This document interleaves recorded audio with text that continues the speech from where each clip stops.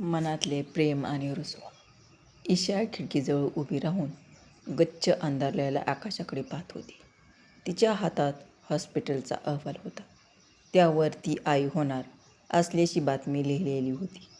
हा आनंद तिच्यासाठी जितका मोठा होता, तितकीच तिच्या मनात एक अनामिक भीतीही होती.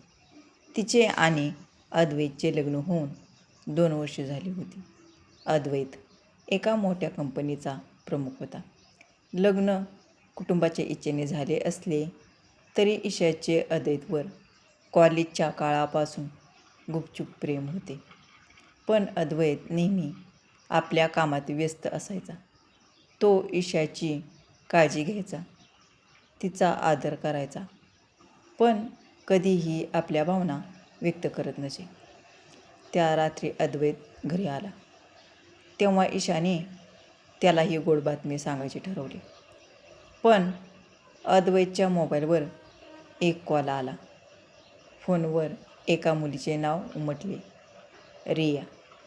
अद्वैतने ईशाकडे पाहिले आणि म्हणाला की त्याला एका तातडीच्या कामासाठी बाहेर जावे लागत आहे. त्यामुळे तिने त्याची वाट न पाहता जेवून घ्यावे. ईशाला रियाबद्दल माहीत होते. ती अद्वैतची भूतकाळातील मैत्रीण होती.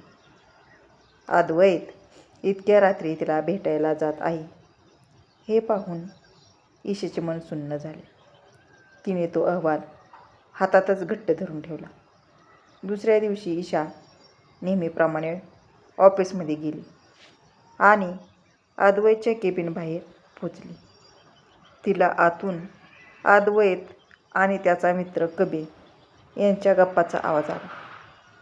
कबीर विचारत होता की अद्वैत काल रात्री रियाला भेटायला गेला होता आणि ईशाबद्दल त्याला काय वाटते?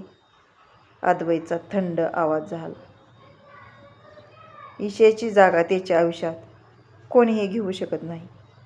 पण दुर्दैवाने या पुढचे वाक्य ईशा ऐकू शकली नाही, कारण तिला अचानक भोवळ आली आणि ती तिथेच कोसळली.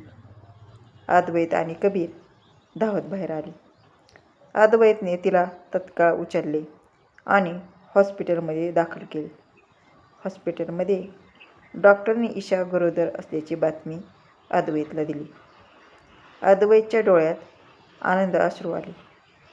जेव्हा ईशाला शुद्धी आली तेव्हा अद्वैत तिच्या शेजारी बसून तिचा हात घट्ट धरून होता.